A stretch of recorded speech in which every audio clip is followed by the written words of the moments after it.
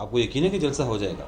ہونا تو چاہیے. دیکھیں ابھی ایک رات درمیان میں ہے. حکومت کا چلن کیسا ہوتا ہے وہ تو ہم آخری وقت تک دیکھیں گے. صاحب جو ہیں وہ شروع سے جب سے وہ سیاست میں آئے ہیں، عملی سیاست میں انہوں نے قدم رکھا ہے، وہ ہمیشہ اخلاقیات کا درس دیتے رہے ہیں. اخلاقیات پہ بہت سیاسی اخلاقیات پہ بہت زیادہ وہ زور دیتے رہے ہیں. سپریم کورٹ تک وہ مخالفت کرتے آئے ہیں. سپریم کورٹ تک وہ مخالفت کرتے آئے ہیں اور چند گھنٹوں بعد، یعنی کہ فیصلہ آنے کے بمشکل 24 گھنٹے بعد اسی کے تحت وہ ریلیف مانگ رہے ہیں. بسم اللہ الرحمن الرحیم. السلام علیکم ناظرین. معظم لا اینڈ پالیٹکس کے پلیٹ فارم سے ہم آپ کی خدمت میں حاضر ہیں. میرا نام عمیر یاسر ہے اور میرے ساتھ موجود ہیں جناب معظم بٹ ایڈوکیٹ صاحب. آج ہمارا موضوع تحریک انصاف کا کل اسلام آباد میں ہونے والا جلسہ ہے. ہم اس سے بات کریں گے. یہ جلسہ پہلے بھی 2 مرتبہ ملتوی ہو چکا ہے اور اس کے بعد کل کے سپریم کورٹ کے فیصلے کے بعد عمران خان صاحب نے نیب کے کیسز میں اب ریلیف مانگ لیا ہے، جو کہ القادر ٹرسٹ یعنی کہ 190 ملین پاؤنڈ کا جو کیس ہے اسی احتساب عدالت سے انہوں نے ریلیف مانگ لیا ہے، جس کی وہ مخالفت کرتے آئے ہیں. ہم اس موضوعات پہ بات کرتے ہیں. بہت شکریہ بٹ صاحب. کل جلسہ ہونے جا رہا ہے زبردست انشاءاللہ. تو آپ کو یقین ہے کہ جلسہ ہو جائے گا؟ ہونا تو چاہیے. دیکھیں ابھی ایک رات درمیان میں ہے. ہونا تو چاہیے جی. اور ہمارے ہاں تو کچھ بھی ہو سکتا ہے نا. جی جی.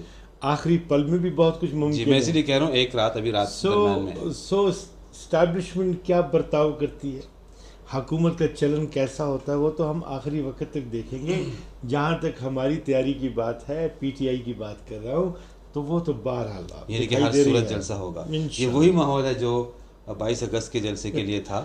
وہ بات اور بڑے گرم گرم بیانات تھے. ہم ہر صورت جائیں گے. نے کہا تھا خیبر پختونخوا نہیں، وہ انہوں نے بعد میں کہا تھا نا.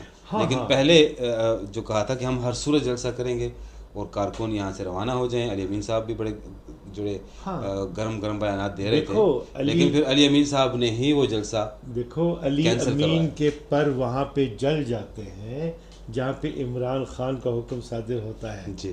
سو وہاں پہ جب عمران خان کا حکم صادر ہو گیا تو علی امین نے تو ساکت ہونا ہی تھا نا. جی. تو یہ تو نظم کی بات ہے، میں تعریف کرنی چاہیے. جی. دوسری بات یہ کہ گورنر نے کہا کہ دیکھو ہم نے کر دکھایا، اب 8 کو بھی نہیں ہوگا. تو ہم نے آپ کو کہا تھا یا وہ لگائیں گے ایمرجنسی، یا وہ لگائیں گے گورنر راج، یا وہ لگائیں گے مارشل لاء. کچھ بھی نہیں ممکن لگا نہیں. تو پھر دیکھو جلسہ ہو رہا ہے. جلسہ ہو رہا ہے. جی ہاں. آپ بتائیں کیا تیاریاں ہو رہی ہیں؟ آپ جلسے میں شرکت کر رہے ہیں؟ میں بالکل آپ سے گفتگو کے بعد روانہ ہو رہا ہوں. میرے ساتھی پہنچ چکے ہیں. تیاریوں کی کیا صورتحال؟ اور تیاریوں میں یہ ہے، دیکھو یہ رول آف لا کی ایک ایسی صدا ہے ہمارے درمیان، اور خان صاحب کی رہائی کا اتنا جذبہ اور اتنی طلب ہے کہ ہر بندہ اپنے پنجوں پہ ہے اور ایک ہی آواز لگا رہا ہے کہ عمران خان کو آزاد کرو. جی. So it is happening. تو ہمارے صوبے سے یعنی کہ خیبر پختونخوا سے زیادہ لوگ جائیں گے. پنجاب ذرا ارے نہیں، سندھ سے بھی آ رہے ہیں، سندھ سے بھی آ رہے ہیں. تم پتہ ہے پچھلی مرتبہ خواتین کی گاڑیاں بھی پہنچی ہیں ثوابی کے جلسے میں. ایک گاڑی تو حادثے کا شکار ہو گئی تھی. تو وہاں سے تو پورے ریلے سندھ سے بھی آ رہے ہیں، پنجاب سے بھی آ رہے ہیں. ثوابی کے جلسے میں بھی پنجاب کے لوگ پہنچے تھے. اسلام آباد پورا کھڑا ہوا ہے، وہ پہنچ رہے ہیں. So it is from everywhere. Azad Kashmir سے آ رہے ہیں، مجھے فون کیا انہوں نے. بلوچستان سے آپ کیا سمجھتے ہیں کہ جو جلسہ جو ہو رہا ہے تو وفاقی حکومت کو کوئی پریشانی ہے؟ وفاقی حکومت کو تو پتہ ہے کہ وہ پاپولر تو ہے نہیں، وہ اسٹیبلشمنٹ کی بنیاد پہ بیٹھی ہوئی ہے. سو اٹ از ہیپننگ. کتنے لوگ آئیں گے سر؟ آئیں گے انگنت. ہزاروں میں، لاکھوں میں؟ لاکھوں میں آئیں. وہ بالکل، اگر راستے میں رکاوٹوں کا سلسلہ اور وہ جو ہوتا ہے وہ اپنی جگہ یقینی طور پہ اگر ہوا تو اثر دکھائے گا، لیکن لوگ پہنچیں گے. آج عمر ایوب صاحب نے ایک مرتبہ پھر استعفیٰ دیا ہے. جلسے سے ایک روز پہلے، مطلب یہ کیا کس طرف جا رہی ہے بات؟ مطلب کیا معنی ہے اس کی؟ سیکرٹری جنرل کے عہدے سے وہ پہلے بھی مستعفی ہوئے تھے اور پھر تو ان کا استعفیٰ واپس ہو گیا تھا اور اب آج انہوں نے پھر استعفیٰ دے دیا. اتنا ہی پتہ ہے کہ انہوں نے استعفیٰ دے دیا. یہ بھی سننے کو ملا ہے کہ وہ استعفیٰ قبول ہو گیا. مجھے ابھی کسی نے بتایا کہ محترم سلمان اکرم راجہ جو ہیں انہیں سیکرٹری جنرل بنا دیا گیا. میری شنید ہے، کنفرمیشن تو بات کی ہوگی. وقاص صاحب کا بھی نام آ رہا تھا، لیکن میں نے سنا ہے کہ ان کا ہو گیا ہے، but it is yet to be confirm. دیکھو یہ میدان سیاست میں اٹھنے والے طوفان اور چیلنجز، پھر اس میں کام کی تقسیم، یہ سب کچھ روزمرہ کی بات ہے. سو جو کارکن ہے نا وہ جس طرح کا رسپانس فیکٹر چاہتا تھا تو اس کے لیے ایک ڈیڈیکیٹڈ بندے کا میدان میں ہونا ضروری تھا. عمر ایوب جو ہے ان کے پاس اسمبلی کی ذمہ داریاں بھی ہیں، وہ لیڈر آف اپوزیشن بھی ہیں، اور بھی بہت سے معاملات ان کے ذمے ہیں. سو توازن پیدا کرنا. اور پھر اپنے استعفے میں عمر ایوب صاحب نے سب کا شکریہ ادا کیا ہے، بیرسٹر گوہر صاحب کا کیا ہے، دیگر جو رہنما ہیں ان کا بھی شکریہ ادا کیا ہے نام لے کے، لیکن علی امین صاحب کا نام اس میں نہیں ہے. کس طرف اشارہ ہے یہ ورثہ؟ نہیں، وہ سینٹرل لیڈرشپ ہے نا، وہ ان کے تحت کام کر رہے تھے نا. اب ظاہر تو بیرسٹر صاحب ان کے ساتھ یہ سیکرٹری جنرل تھے اور یہی ان کا منصب ہے. مطلب جس لیول پہ وہ تھے وہ انہوں نے سینٹرل لیڈرشپ کو جو ہے کمپریہینڈ کرتے ہوئے یہ بات کی. اچھا، بڑھتے ہیں اپنے اگلے موضوع کی جانب. یہ بتائیں کہ تحریک انصاف عمران خان صاحب نے جو نیب ترامیم کا فیصلہ آنے کے بعد آج احتساب عدالت سے 190 ملین پاؤنڈ میں ریلیف مانگا ہے اس کیس میں، اور جس کیس کی جن بنیادوں پہ وہ مخالفت کرتے آئے تھے آج انہوں نے ریلیف باقاعدہ طور پہ مانگ لیا ہے. اور اس سے پہلے خان صاحب انہی ترامیم کو NRO 2 قرار دے چکے ہیں. دیکھو عدالت بھی خود گئے، جی، آرگیو بھی کیا، جی، چیلنج بھی کیا ان ترامیم کو. جی، سپریم کورٹ کا ڈیسیجن آ گیا. جب سپریم کورٹ کا ڈیسیجن آ گیا نا تو لا کی اپلیکیبلٹی مختلف ہو جاتی ہے. وہ نقطہ اور سب سے پہلے ریلیف ہی مانگ لیا، اور ڈیفینیٹلی کیوں نہیں مانگیں گے، قانون کے مطابق نہیں چلیں گے. اب وداؤٹ جوریسڈکشن ہو گیا کیس، نہیں چل سکتا نیب کے قانون کے تحت، تو نہیں کہیں گے کہ بھائی اسے فارغ کرو.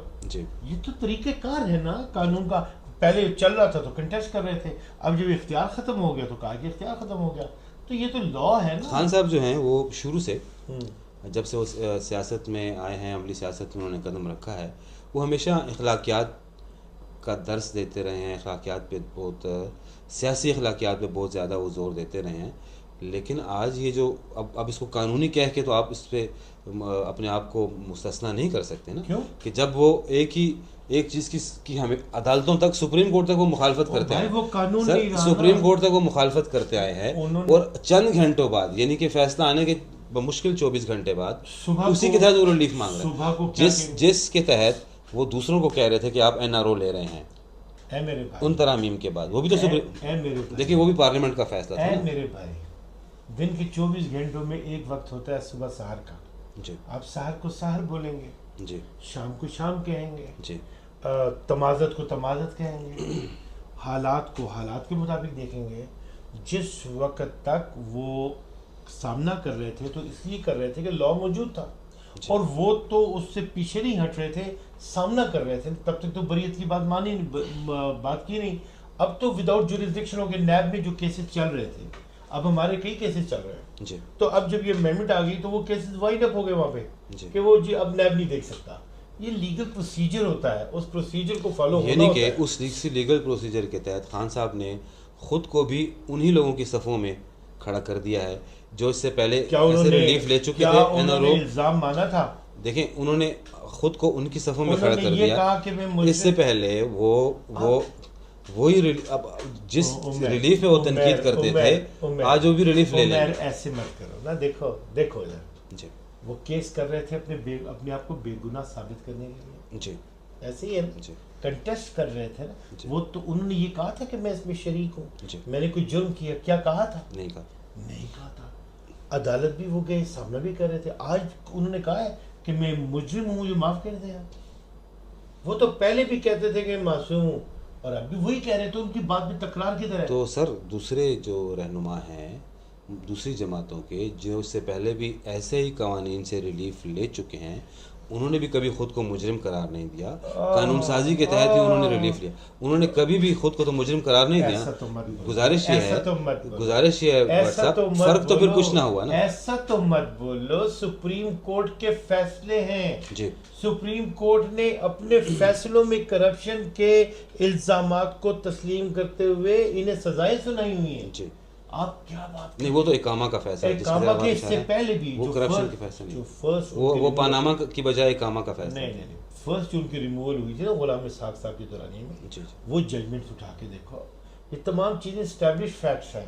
کرپشن کے چارج ابھی کے نہیں ہیں, وہ غلام اسحاق کے دورانی سے چلے آ رہے ہیں, اور ان پہ فائنڈنگز آئی ہیں, ان میں ججمنٹس ہیں. بٹ صاحب غلام اسحاق صاحب نے ایز اے 58(2)B کا استعمال کیا تھا, وہ کوئی عدالتی حکم نہیں تھا, اور اس کے بعد بھی 58(2)B ہی استعمال ہوا. دیکھو اب آپ ایسی بات کرو گے نا, سنو, انہوں نے اپنے خطاب میں ایک بات کہی تھی جی کہ اللہ تعالیٰ کسی قوم کی کسی کی انفرادی غلطیاں معاف کر سکتا ہے, جی اجتماعی غلطیاں معاف نہیں کرتے. جی وہ ڈیسیجن آ گیا نا, جی ریلیف انہیں کو ملا تمام ادوار میں. جی پاکستان کہاں کھڑا ہے آج, جی معاشی طور پہ کہاں کھڑا ہے؟ جی تو یہ اجتماعی غلطیوں کا نتیجہ ہے. جی خان جو ہے نا, وہ افینڈ اس نے کیا ہے سسٹم کو, اس نے منی لانڈرنگ کا, اس نے پیسوں کی کرپشن کا, اس نے پاکستان کا مال دوسری جگہوں پہ منتقل کرنے کا یہ قضیہ اٹھایا تھا. جی وہ عمران خان تو ویسٹ کو چھوڑ کے مستقل طور پہ یہاں پہ آ کے آباد ہو گیا, سب کچھ کو چھوڑ کے پاکستان کو بنانے کے معاملے میں لگ گیا. کہاں پہ کتنے محرلی, کتنے تیری سنا, یہ کیا بات کر رہے ہو. وہ عمران خان تو دیکھو یہاں تک آ گیا کہ یار میں لڑوں گا, مجھے تم بے شک جان سے مار دو. جی اپنی بات سے تو ہٹا نہیں ہے نا, وہ راہ تلاش کرے. لیڈر جو ہے بٹ صاحب ایک رائے یہ بھی ہے کہ القادر 190 ملین ٹرسٹ کیس میں جب خان صاحب کو معلوم تھا کہ یہ سپریم کورٹ میں سماعت جاری ہے, تو دوسری طرف وہ اسی عدالت میں جو احتساب عدالت تھی, اس کیسز کو ڈیلے اسی لیے کر رہے تھے ان کے وکلاء کہ آج یہ فیصلہ آ جائے گا تو ہمیں اس کا ریلیف مل جائے گا. دیکھیے ان کا روز بروز لائرز کے پاس یہ ٹیکٹ ہوتا ہے. آپ لوگ لائرز پروفیشنلز ہوتے ہیں, وہ خود کوئی چیز کریٹ نہیں کرتے. جی لا موجود ہوتا ہے, ان کی پروویژنز موجود ہوتے ہیں, لا کے استعمال کی بات ہوتی ہے, اور سرکمسٹانشل ایویڈنس کو وہ دیکھتے ہیں, اور سرکمسٹانسز کو بھی دیکھتے ہیں, اور بار کو بھی دیکھتے ہیں, اور بینچ کو بھی دیکھتے ہیں. سارے معاملات کو ایکسکلوسیولی جو ہے وہ لائرز دیکھا کرتے ہیں. یہ ان کی جاب ہے, اور وہ اپنی جاب سر انجام دیتے ہیں قانون کے مطابق. They are the experts of law, اور ججز جو ہیں وہ ان کے ساتھ نہیں ہوتے, بینچ پہ بیٹھے ہوتے ہیں. تو معاونت فراہم کی جاتی ہے کہ جناب قانون یہ بولتا ہے, آپ قانون کے مطابق جائیں. دیکھو جو تاخیری حربے جو ہیں وہ اسی وجہ سے ہوتے دیکھو ہیں, اسی لیے ہوتے ہیں. پھر بات سنو, دیکھو تاخیری حربوں کی کیا بات کرتے ہو یار. جیل وہاں پہ منتقل ہو گیا, جیل میں عدالتیں لگیں, جی ویڈیو لنک ریفیوز ہو گئے, ہر طرح کے کیس کو ایکسپیڈائٹ کر کے انہوں نے چلایا, سزائیں سنا دیں, اوپر جو ہے وہ سزائیں انہوں نے کہا فیئر ٹرائل نہیں ملا. یہ ٹریٹمنٹ ہو رہی ہے نا. آپ کو میں ایک بات بتاؤں, ملک کے مفاد میں کیا ہے؟ ملک کے مفاد میں ہے رول آف لا. ملک کے مفاد میں ہے کہ انصاف کیا ہی نہیں جائے, بلکہ انصاف نظر بھی آئے. ایک تحریک ہے نا, سیاسی تحریک جو ہے وہ بپا ہے, اور ہم اس میں حصہ لے رہے ہیں. کتنا انرجیٹک ہوں آج میں, جی آپ جلسے میں جا رہے ہیں, اس لیے کہ صدائے راہ بلند کرنی ہے, انصاف کے اور جمہور کے تقاضوں کے مطابق صدا بلند کرنی ہے, اور ملک بنانا, ملک کو سنوارنا پاکستان کی عوام کا کام ہے, اور سب اداروں نے مل کر ایکسکلوسیولی یہ کرنا ہے. فوج بھی میری, پولیس بھی میری, عدالت بھی میری, سماج بھی میرا, معاشرت بھی میری.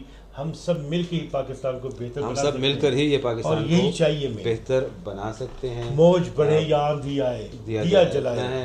بہت شکریہ بٹ صاحب. ناظرین, آپ نے ہماری گفتگو سنی, امید ہے آپ کو پسند آئی ہوگی. ہمارے چینل کو لائک, سبسکرائب اور شیئر ضرور کیجیے. اللہ حافظ ناصر.